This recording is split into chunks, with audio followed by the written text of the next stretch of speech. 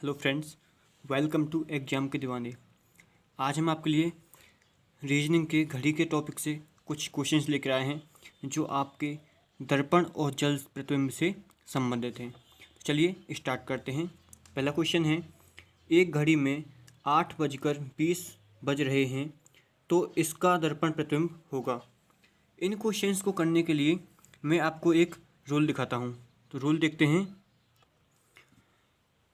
घड़ी का दर्पण प्रतिबिंब निकालने के लिए घड़ी के समय को 12 या 11:60 से घटाते हैं।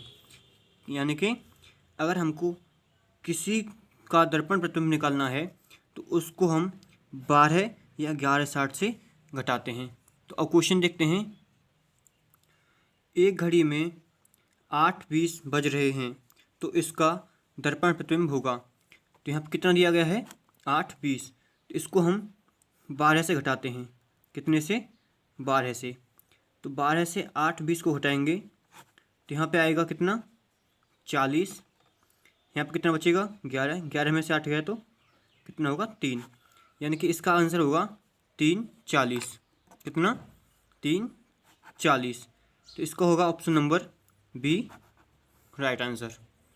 अगला क्वेश्चन देखते हैं। एक घड़ी में 10 बज रहे हैं तो दर्पण में इसका प्रतिबिंब दिखाई देगा। तो इसको भी सेम पहले क्वेश्चन की तरह करते हैं। कितना दिया गया है? 10। तो इसको हम 12 से घटाते हैं। 12 से 10 घटाएंगे तो कितना बचेगा? यहाँ पे 0, 2 निके 2 बजेंगे। अगर किसी को 10 को 12 से घटाएंगे तो वहाँ पे 2 आएगा। तो इसका होगा option number B right answer. अगला क्वेश्चन देखते हैं। एक घड़ी में 2:20 हो रहे हैं तो इसका जल प्रतिबिंब होगा। तो अब तक क्या पूछा गया था? दर्पण प्रतिबिंब। तो अब क्या पूछा जा रहा है? जल प्रतिबिंब।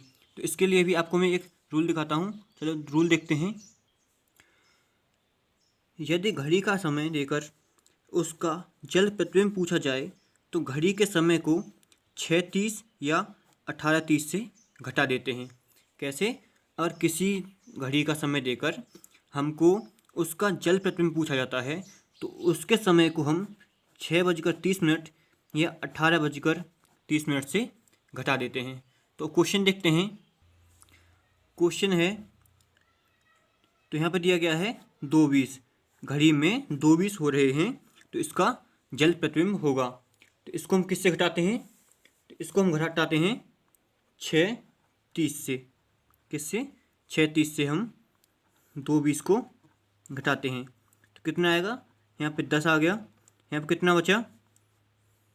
कितना बचेगा यहाँ पे? 4। यहाँ पे 10 बचा और यहाँ पे 4, यानी कि 4:10 उसका जल प्रतिबिंब में टाइम दिखाई देगा। यानी कि ऑप्शन नंबर ए इसका सही उत्तर होगा। अगला क्वेश्चन देखते हैं। एक घड़ी में 12:20 हो रहे हैं तो इसका जल प्रतिबिंब होगा। तो इसमें क्या दिया गया है? 12:20। तो इसको हम 18:30 से घटाते हैं। किससे? 18:30 से। अगर समय 6:30 से नीचे दिया गया है तो उसको 6:30 से घटाते हैं।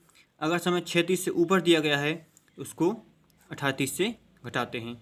तो देखते हैं 18:30 में से 12:20 घटाते हैं तो कितना बचेगा?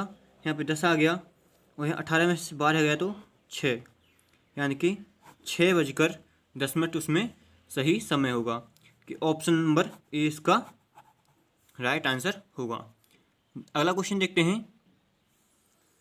एक घड़ी में 1 बजे एक बार, 2 बजे 2 बार और 3 बजे 3 बार बजती है तो 24 घंटे में कितनी बार बजेगी? यानी कि एक घड़ी 1 बजे एक बार, 2 बजे 2 बार और 3 बजे 3 बार बजती है तो 24 घंटे में वो कितनी बार बजेगी? इस क्वेश्चन करने के लिए बहुत ही आसान तरीका बताता हूँ।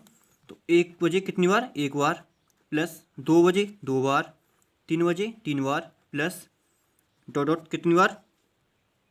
इसको हम पहले इसका 12 घंटे का निकालते हैं। कितना? 12 घंटे का। तो 12 बजे कितनी बार बजेगी ये? तो पहले इनको जोड़ते हैं। जोड़ेंगे कैसे? अगर ऐसे जोड़ेंगे 1 2 1 3 3 6, काफ़ी टाइम लगेगा। इसको जोड़ने का एक आसान तरीका बताता हूँ। जो लास्ट का नंबर है और पहला नंबर है, कौन सा? लास्ट का और पहला, इन दोनों को जोड़ के इनका आधा कर देते हैं और गुणा में जितने संख्या दी गई हैं उनका गुणा कर देते हैं। ठीक है? कैसे? इसको पहले अंक को और लास्ट के अंक को जोड़कर उसको 2 से भाग देते हैं और गुणा में जितने नंबर दिए गए हैं उनसे गुणा करते हैं। तो 2 से 6 बार और 13 छिंग 78 इसका होगा। ठीक है? तो 78 कितनी बार? 12 घंटे में 78 बार। तो 24 घंटे में कितना होगा?